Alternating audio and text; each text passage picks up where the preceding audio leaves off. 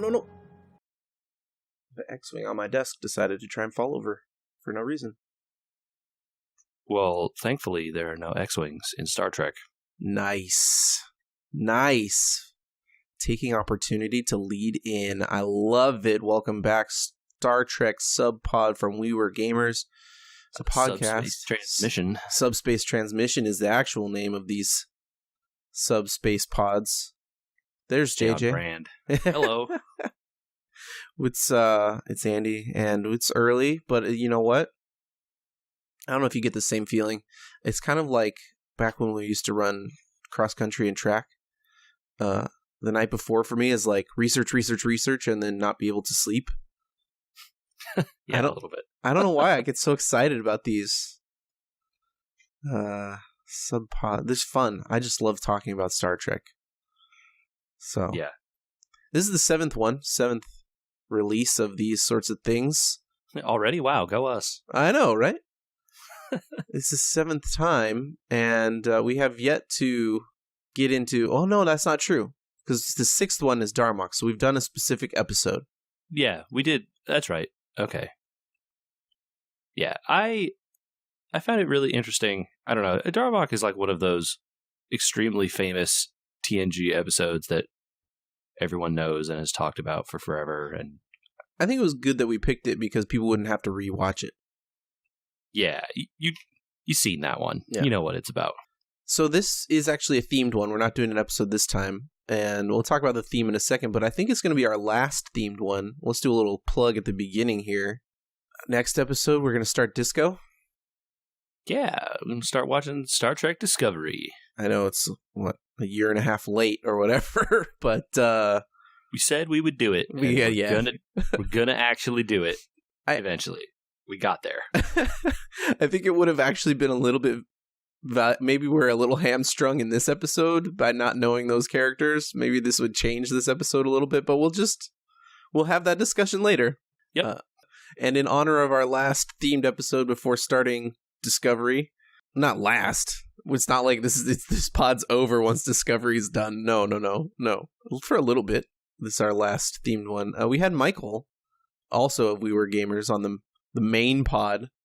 Yeah, the fans of the pod will know Michael on the regular episodes.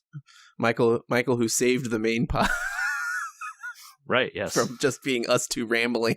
So you get us two rambling here instead. Picked the theme on this one. And what did he pick? He suggested that, we had talked about building our favorite bridge crew and some of our favorite uniforms and some of that stuff. But, we had never really talked about an away team. Yeah. Like the landing party that is the face of Star Trek, the face of the Federation to a lot of people. What does that look like in our mind when we go XYZ places? And I have to tell you, I thought a lot more deeply about some of the bridge crew and their temperament. Right.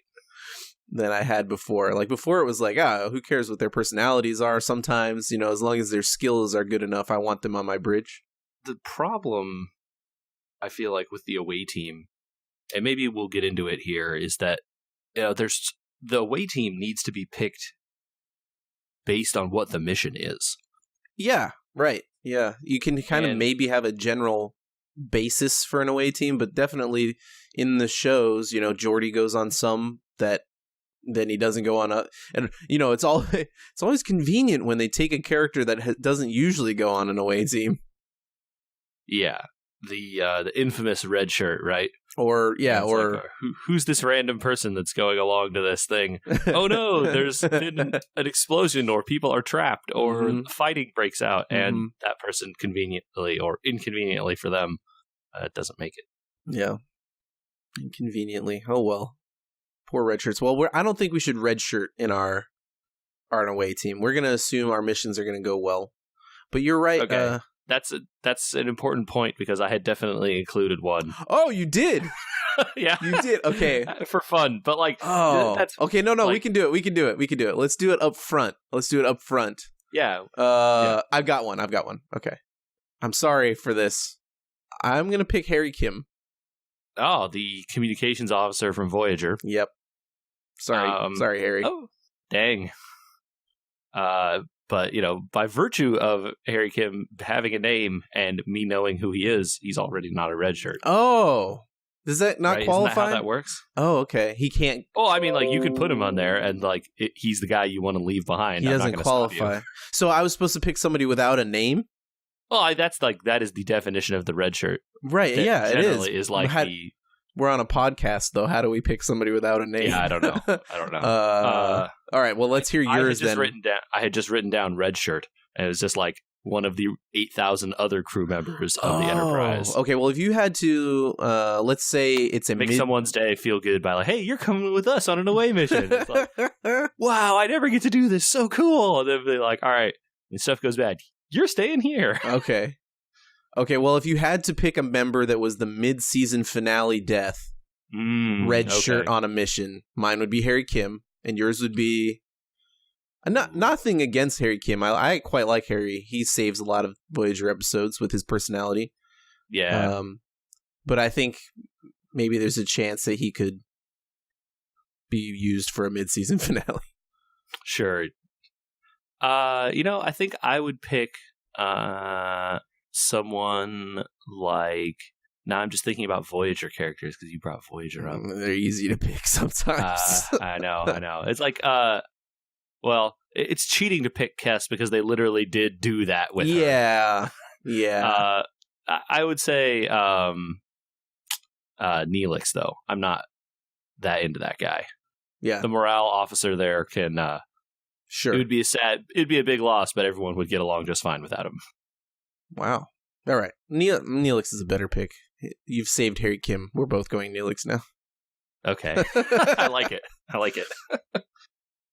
All right. So I had some thoughts here. Okay. Maybe when I was researching away teams, in the original series, they're actually called landing parties. True. And they got away from that because they do more space stuff in the other shows. There's also a decent amount of... In the later shows, I feel like they would often transport down to the planet. Correct, yeah. So you're not really landing. And in the first one, they would take a shuttle a lot of the time. Right. And so then it's well, you have different requirements there. It's you need to bring a pilot with you if you're going to take the shuttle. Oh, yeah, that's true. Whereas the other way, you don't have to at all. That's true. So, I don't know that they ever show that, but that's definitely a thing. No, it is a thing because I wrote it in my notes, do we need a pilot? So I also noticed that in the original series, the landing parties, because they needed the pilot and they needed a red shirt and all these other things, were around 5 people. Whereas later in the shows, they got down to, as low as 3 people-ish, Yeah, I was going to say, I feel like some of the later ones, it's you're getting 3 people or 4 on the upside. Yeah. So before we decide how big they are, though, how big of the team we need to pick here, we also have another problem we have to solve. And that is, in the early series, captains went on the away missions. And in the later series, as Riker says, it's not okay for the captain to go. But then the captains just start breaking the rules and go anyway. Right. Okay, I'm glad we're talking about this because I definitely struggled with this. Because especially, the captains go... Well, there's both the... storytelling reason why they go, and then there is the character itself, whether they would want to, the character would want to go, right? And I think in both cases, it sort of ends up with well, Riker is right that really you shouldn't send the captain of the ship out onto this dangerous mission or whatever. But okay, so we're in agreement then that maybe the captains are off limits. Yeah, I think we shouldn't pick a captain. Okay, I like it. I kind of leaned that way too. I wanted to leave it kind of in your court there because I felt like it's pretty good policy Starfleet set there. Don't put the captain in danger so he could solve a situation if your away team gets in trouble. Yeah. Definitely, you can think of it as the captain is the one arranging the away team and then saying, you go. All right, so do my bidding or whatever. So a first officer could or should maybe even lead the away team, but I have another problem when I say that. Okay. are you and I on the away team? See, we didn't. Okay. See, yes, this is important because we didn't establish any like guidelines about this. No. Stuff, so No. So either we're the captain and we're picking the away team, or we're on the away team and leading it. And I leave that in your court because I like both ideas. I think I like the idea that we are the captain and picking the away team. Okay. All right. I have an idea also here, and you shoot it down if you don't like it. Because maybe I'm a little just itchy since it's, this will come out in May, and we're fully in the football off season. Mm-hmm. I want to draft. Oh, so that's fun. So if I pick someone, then they're off the board. If you pick someone, they're off the board. Yeah, okay, that's fine. All right. I have alternates for literally every person I wrote down here anyway. Because I do too.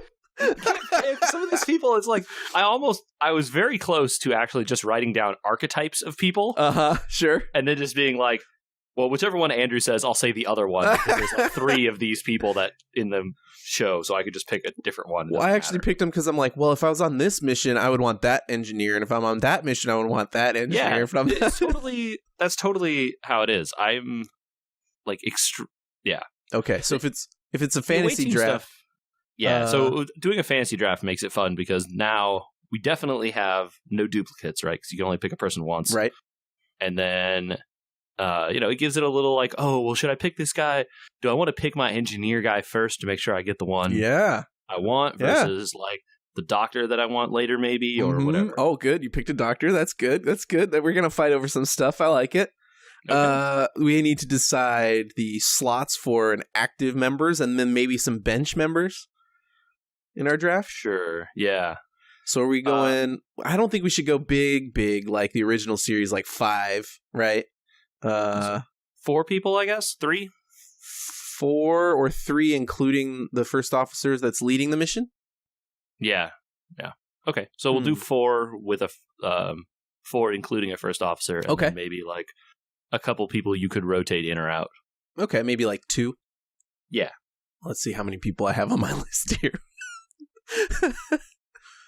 Okay, yeah, I've got enough people that we can do that. Yeah. Yep. Yeah. All right. Should be fun. I'm thinking of a number between 0 and 50, and if you're over, you go first.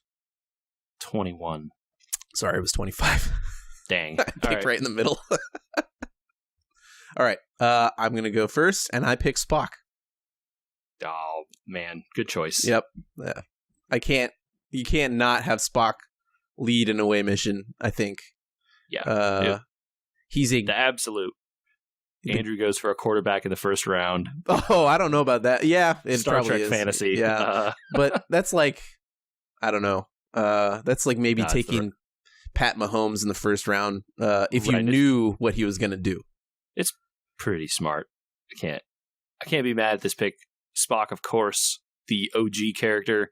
Basically, if Kirk wasn't on all those missions, Spock would have been in charge anyway, because he's like the second most important character on that show, I guess.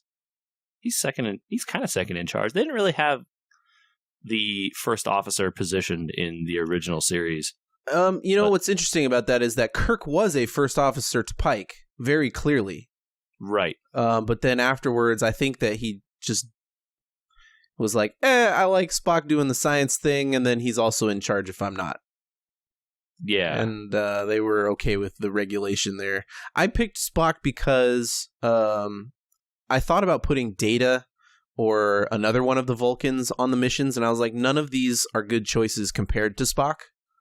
Mm-hmm. Because Data, if you follow the android philosophy, would be too cold in his calculations. And also he's an android.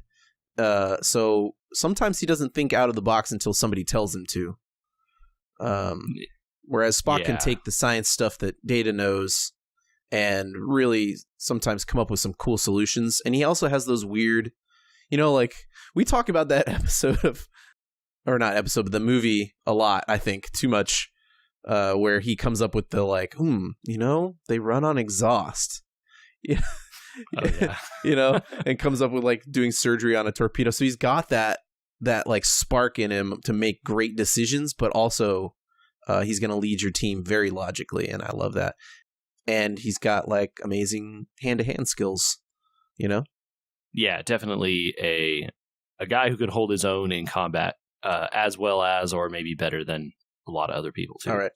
So Spock's my first pick. You're up. All right. Well, I think I'm going to go a little different route, and I think I'm going to pick a character from Voyager. Okay. And it's going to be my boy Chakotay. Ooh, nice. Chakotay was my backup. Why'd you end up with so you're going first officer after I picked my first officer? Yeah, it seemed right. Just to get him off the board and then let us fight over something else later? Yes, exactly. Okay. All right. Keep the tension in the pod. I like it. So Chakotay, so I thought for a long time about deciding between Chakotay and then either Major Kira from DS9 or Riker. And problem that's tough. The problem that both Riker and Kira have is that they are impulsive, right? Oh, Kira Nerys. I love her fire, but man, she would wreck every away mission. Yes, and you would kind of you would never pick them for missions that you would expect to go bad because they would do that. Right. But it's also what makes them great characters. But similarly, Chakotay also has, I think, a streak like that. He's a Maquis, so right. So he has passion. He definitely has a willingness to break the rules when he needs to, and he feels it's right. But he also knows and can follow orders. He will do what you ask of him generally. Mm-hmm. And you can be pretty sure that he's going to carry out the mission, whatever it is, unless that mission, conflicts with his personal ideals or whatever. In which case, well, what are you doing here? Yeah, if you're conflicting with Chakotay's ideals, I think you got a problem.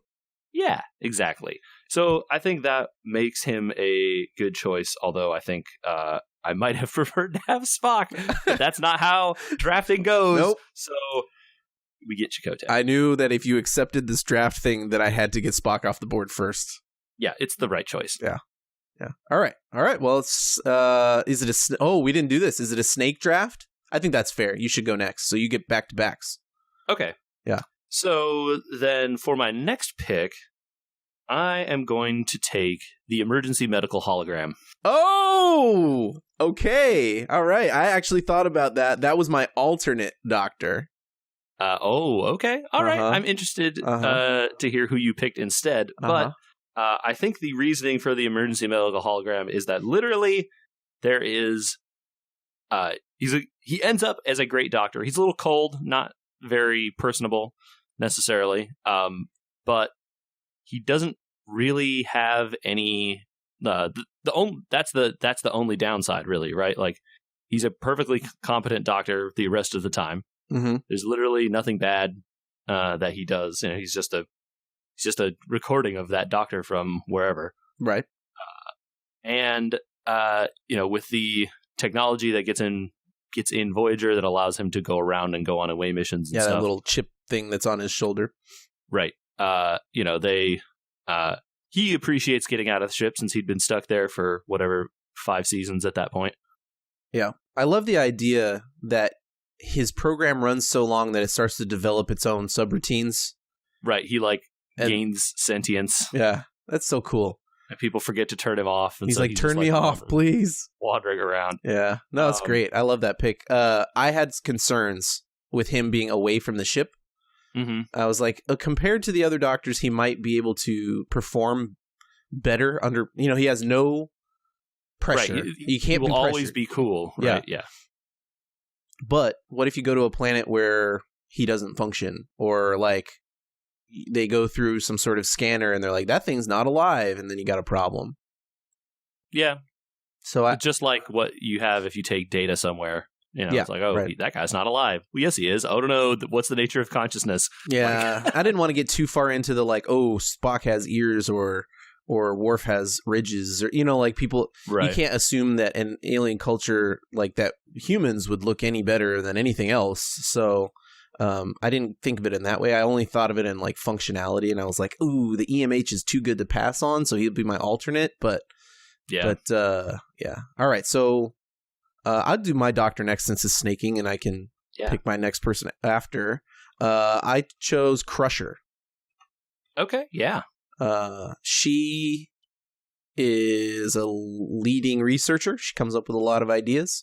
And also, by the time those movies come out, she's cool as a cucumber, picks up rifles whenever she needs to, and can handle herself just fine on an away mission that goes wrong. And she has Medical a little... school is somewhat different, I guess, in the 24th century or whatever. Yeah.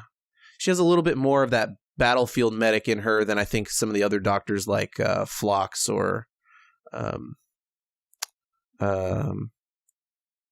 my gosh, my mind has completely... Bashir, yeah. Bashir, maybe Bashir after the Dominion War is much more of a, he handles himself a little bit better, but in the beginning, for sure, he definitely doesn't have that spark. So at the beginning, yeah. So. I think while we're talking about doctors specifically, Bashir was my backup. Oh, okay. I just enjoy his character so much that he's very cerebral.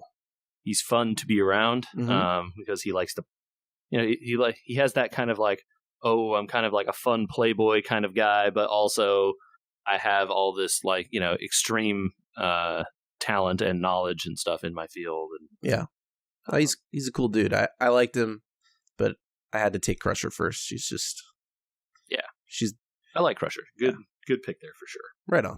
Okay. Who do I got? We got 2 more spots on our... Man. It's too hard. Right?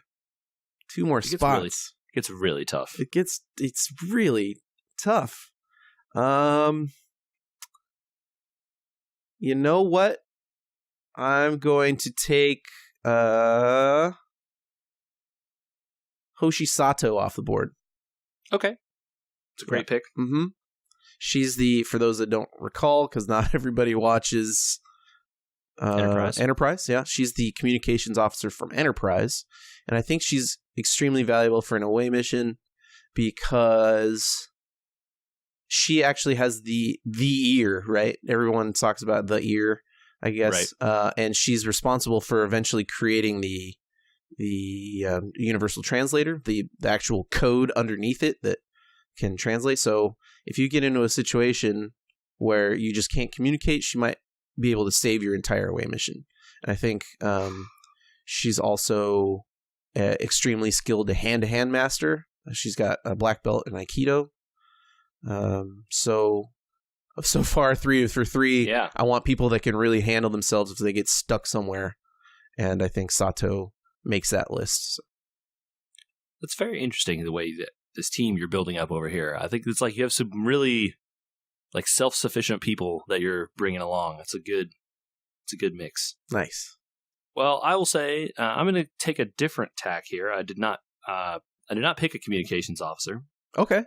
But I'm going to pick a man who is near and dear to my personal heart and one of the great characters on the show, Miles O'Brien. Dude, nice choice. Nice choice. And Miles is, depending on what era we're in here, if you're in the Enterprise era, he's less developed as a character. But by the time you get through DS9, he's very well developed and the consummate professional engineer. Just the guy who just wants to get out there and do the work. Whatever the work is, he's going to get it done. That's his job. Fix the thing, repair the thing, invent the gadget, do whatever it is, and get the mission done, and get back home so he can see his kids. That's what Miles O'Brien is about. Mm-hmm. And that's what I want on the team. I want someone who's going to be there and be like, hey, here's the job. Let's get it done. That's wonderful. Miles. Yeah. And you know what? Miles has a little bit of that bubblegum and spit and tinfoil fix ability. Oh, yeah. He is he is definitely the guy who was like, well, I have this potato and a fork and a little bit of string. Mm-hmm. I'm going to make a phaser. And then he was. Yeah. I think that that's a valuable skill to have on an away mission, especially, like if something breaks, you got to have somebody there to fix it, and being able to do it without backup is probably a pretty good skill. Definitely. Awesome, man. Well, Snake, who's your final Prime member before you get into your bench? Okay, so my final pick is going to be... I'm going to pick Odo from DS9. Wow, you got Dose DS9ers and Odo, huh? Yeah. Shape-shifting ability, maybe? Yeah. I sort of thought of it as... I sort of picked my team by, like I was talking about doing archetypes earlier, so I had kind of done that. And Odo basically is going to run security. Okay. So if we have issues on the away team, it's going to be Odo's job to protect people. Right. Because that's what Odo does anyway. Odo is a cop, essentially. He's definitely the noir cop on the beat when that show starts. Right. He's the space cop. So he is going to be my space security officer, essentially, while I'm away. This was a really tough pick because there's a couple other also really good security people I could have picked. Mm-hmm. But I think Odo has the strongest sense, well, at least by the end of the show, definitely the strongest sense of justice and sort of the strongest will to make sure that everything is going to go all right and everyone is going to get out of this alive. Yeah, I just think Odo was on my list, and I weighed the baggage that he comes with, and I did not end up wanting the baggage. There is definitely issues going to be related to the fact that he's a shapeshifter, and also that, well, he's a little off. Yeah. So the shape-shifting thing, I think you could take. It's worth the risk, so to speak. And the benefits of it are, obviously so great. Oh, right? Yeah. It outweighs any of the risks. I think that I was scared of the Prophets basically messing up my away missions because Odo was on them. Sure. You don't want interference from the Dominion. Right. Yeah. So we'll leave it at that. But it's a great pick. So I like your balance there. You have, so your 4 main members so far are Chakotay, EMH, Miles, and Odo. And you got a lot of dudes here that specialize in being the perfect archetype of their character. And you have the consummate leader, the consummate doctor, the perfect battlefield mechanic, and the security guy. Right. I told you, I went down archetypes and stuff when I was bringing this out. And so I sort of picked my favorite from each one. That's wonderful. I like that. All right. So that was Miles and Odo. So Snake's back to me for 2 picks. I'm going to go with my main choice for mechanic and / engineer on a mission, and that's actually B'Elanna Torres. Oh, good one. Yeah.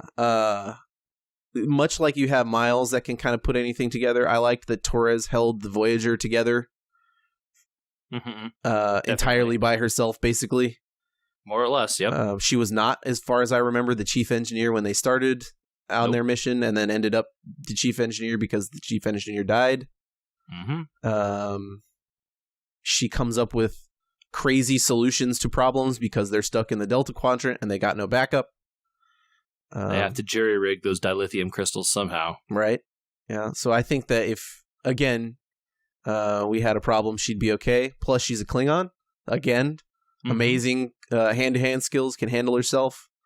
So, I like that you picked every single person on your away team can get in a fight and win. Mm-hmm. That's an interesting choice. That was my main strategy, and I think you'll see why in a second. Okay. Do you have a specific mission in mind here? Well, no, but we should pick a mission that I don't know if we can do that off the top of our heads, but I would, I'd rewatch some episodes probably. I wanted to be able to not have to pick teams for specific missions, but also everything always goes sideways somehow. and I thought I wanted a way out of it. It is TV, so they got to make it interesting. Right, yeah. So I ended up with my main list being Spock, Crusher, Sato, Torres. It's a good list. Yeah. I like it. I'm pretty happy with it. And I get one bench spot before you get to go. So yes, you do. On the missions, first alternate. On the missions where we know we're not going to get in trouble, like we're going to a Federation satellite platform or whatever, Okay. I would swap Torres for Barclay. Oh, okay. I want to hear why. Now we know why I have 3 other members that can handle themselves. People to keep Barclay in line. I think that much like Odo, his faults are outweighed by his genius. Maybe. Most of the time. What position is he technically? Engineering. He's engineer? Yeah, okay. he's he's under Geordi during the Next Generation series. Right. And then eventually gets transferred off the ship because of his personality flaws. You know, he does conquer hollow addiction and all those other sorts of things. But eventually they come to the conclusion that he's probably best left on Earth as a researcher, and then ends up being the one that saves the Voyager from the Alpha Quadrant. That's right. Yep. I didn't remember that part at the end of Voyager, but... Yep. Yeah. So I think that Barclay, while he comes with the caveat that he's kind of a coward... Extremely a coward. It's literally his defining trait, I think, when you first meet him. I think that's why he's on the bench, right? Yeah, fair enough. Yeah, he's not out in the main missions. He's definitely on the bench for the times when he's needed. I think that makes perfect sense to me. All right, buddy. You get 2 bench spots here in a row, so you got to fill out your team. I know. So I think the first alternate I'm going to pick is similar to yours, where I know that this is probably going to be a relatively calm mission. There's not likely to be a ton of fighting going on here. But maybe this is like a more diplomatic kind of a mission, and I need someone who could do some of that stuff. And I'm going to pick Counselor Troy. Huh. I would never have put Troy on an away mission. I would never have thought to do that. Well, I think the number of away missions that Troy is on in the series would disagree with your choice there. Well, look, I think it's a good choice. I'm not faulting your choice, especially as a bench alternate. She is a great choice. I think she fits into where I had Sato in terms of the communications ability, and her Betazoid abilities are amazing. You're miles ahead of me on picking that one. That's amazing. So it was sort of like the if you're going on an away mission, and frequently these away missions end up in some kind of conflict, but not always is that conflict involve combat. A lot of time you're trying to mediate peace between 2 races or these sorts of things, and I think Troy is probably the best example we have of a character that does that stuff. Yeah. So where does she slot into your main team when you know you're on a mission for Troy? So if I think the choice is you're going to pick a mission where, like, there's not likely to be an engineering need. What is Miles going to do there, right? Okay. You still might have a need for a doctor because you have people all around all the time. Sure. But you might not need someone to be, maybe Miles is running a warp core diagnostic that day. And you really need someone who can handle, talking to these alien races. And that's going to be Troy for you. Perfect. That's great. So my final bench slot, there are so many people that are great on the show that I have no idea who I want to pick. I think my final bench slot, I'm going to go with a little bit, another character who is also a little bit spicy, let's say. Spicy? Yeah, I think the guy has a spice to him, okay. And that's Tom Paris. Hey, the pilot idea. I like it. I think, sometimes you do need a pilot. Mm-hmm. Sometimes you're taking a shuttle down or whatever. Tom will get you there for sure. Also, he and Chakotay eventually get along pretty well by the end of the series. And I think that in general, Tom has a lot of qualities of kind of like scrappiness and I'll get it done. And also the important qualities of like, I'm not going to leave people behind. We're also not going to get stuck on this planet kind of a thing. So Tom would steal a ship and get us back to the other ship if we needed him to. Fair point. So that's what I'm here for. Wonderful. So I have one bench slot left. Yes. And it took this entire pod for you to steal one of my picks. Yes, I did it. Yep. Tom Paris. Woo! Tom Paris was actually my last pick. It's okay. You stole my first pick out of the gate immediately. So that leaves me with deciding between two people. I'm going to go with Hikaru Sulu. Yeah. Yep. Yeah. Great pick. Yep. I have to go Sulu. He was also on my list of other people. Funny enough, the other people I was considering here were also original series characters. There was Chekhov and Sulu both. Mm-hmm. And I think Sulu is a great choice. I was sitting on Paris as my last, just as a utility swap in. Mm-hmm. I think he's scrappy, and definitely the pilot skills help. And so that left me wondering whether I wanted Sulu or Yar. Oh yeah. I just think that when I'm looking at away missions, Yar is valuable as on a combat mission, and then we're really talking about switching up the team more than just one person, I think. So that's why I end up with Sulu. Again, amazing hand-to-hand skills. Absolutely. Uses a sword. Yeah, and not a lot of other characters in the show use swords that I know of. Yeah. And so the pilot skills outweigh, I think, Yar's wondrous abilities as a security officer, and her commitment to the team, unfortunately, are outweighed by his piloting skills. So, and Sulu isn't going to leave people behind either. I know, but she's a good character for sure. She's definitely the all for one and one for all, even though he has a sword. Yeah, it's her thing, right? Like, right. That's definitely part of her thing. So. All right, so you ended up with Chakotay, EMH, Miles, Troy, Paris as your bench. And Odo. Right. I skipped Odo. Right. Yeah, so Chakotay, EMH, Odo, Miles with Troy and Tom Paris on the bench. And your team was Spock, Crusher, Sato, Torres, with Barclay and Sulu on the bench. Those are some pretty good lists. Yeah, man, I'm a big fan of both of these lists. You pulled a couple of people who I had not necessarily fully considered, but when I thought about them, I was like, you know what, this is actually a perfect choice. Mm. This is hard. This is like way harder than it seems to pick these guys. It really is, and I really love that we had to. I love that we had to include the leader for the mission, because for a while I was thinking, oh, well, we're on the mission, right? And we're picking people to go with us. But I really like the idea that we drafted a team as the captain instead. And across shows too, right? Like we didn't limit to the shows, and that really helps.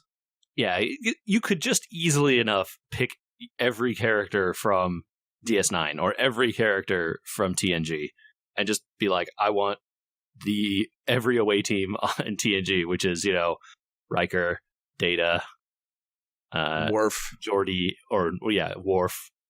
Worf or Troy, and then whoever, right, and you're like, okay, that's literally 70% of the episodes of that show. I never considered LaForge for sure, because he's very good at his job, but he's very meticulous at his job. Mm-hmm. And I just think that meticulousness is not what I need. He's too valuable up in space doing stuff on the ship. Mm-hmm. Montgomery Scott also, I didn't want too much lip. Yeah, you would need to make sure your leader is very strong to keep Montgomery Scott in line. Yeah, that was kind of where Montgomery Scott is going to take over and run the mission his way. Exactly.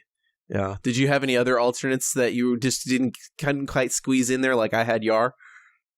Yeah, I was really close to picking. Well, you picked Sulu, but I was close to picking both him and Chekhov. I think both of them are great characters, and Chekhov in particular, I think, has a really good like knowledge as a security person, but also does a lot of I don't even know what his technical bridge position is. Weapons officer. He's the weapons officer, right? Okay. So, he would be great to bring along for, the more dangerous side of missions, that kind of stuff, where you really want to have two security guys, essentially, or safety kind of guys. So. Yeah.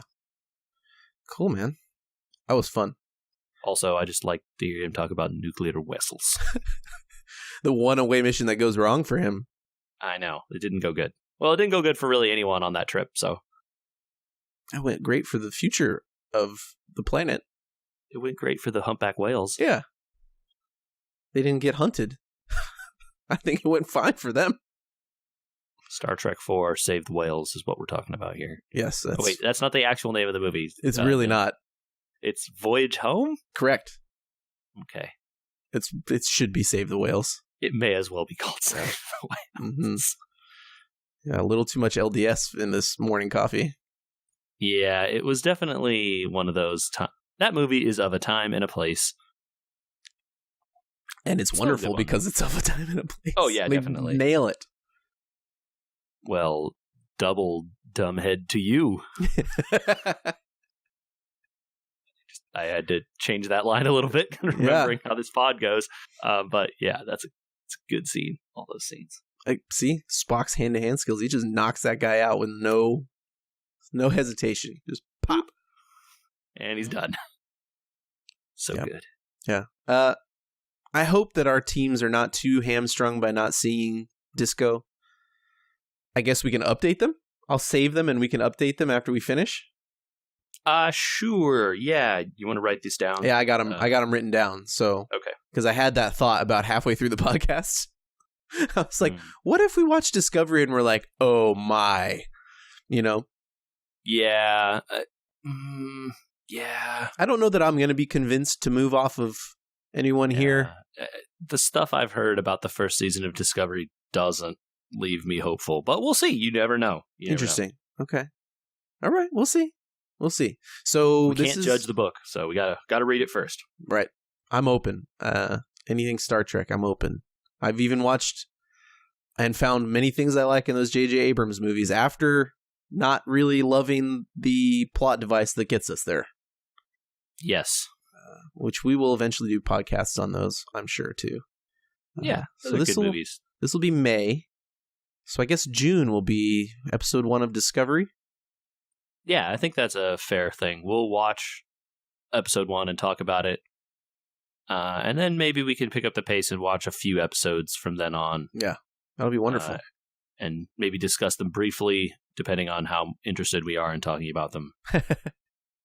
Perfect. Well, without sending us spoilers, if people want to comment on our away teams or they want to give us a heads up about stuff to look out for in Discovery, they can send that to podcast@weweregamers.com. We will definitely read all that stuff because we are interested in hearing your takes on this stuff. Because I only know 2 other people, not counting you, Andrew, that have seen Discovery in my milieu here. Okay. So I'm curious what the takes are from more people that I actually know. Yeah, it's hard to judge, right? Because if you follow Star Trek online, they only give you the hot, good takes. Right. And, it's like following general people's sentiment on the internet is also not very useful because, well, if you go by that, a lot of things are bad. And, well, yeah, right. I don't know that I believe that. It's like Yelp reviews. You have to convince people to leave the good ones because mostly it's people leaving the bad ones. Right. And you're like, oh, well, why is the Yelp rating in this place so low? This place is great. And it's like, oh, there's a bunch of people who left 1-star reviews because they order like morons and it's their own fault. But yes. I'm in a similar situation. My local experiences with Discovery are split on what they liked and didn't like. So We will see, and we will be back soon. Now back to your regular. Oh boy, I'm gonna flub that one and start over. Regularly scheduled. Regularly scheduled We Were Gamers podcast.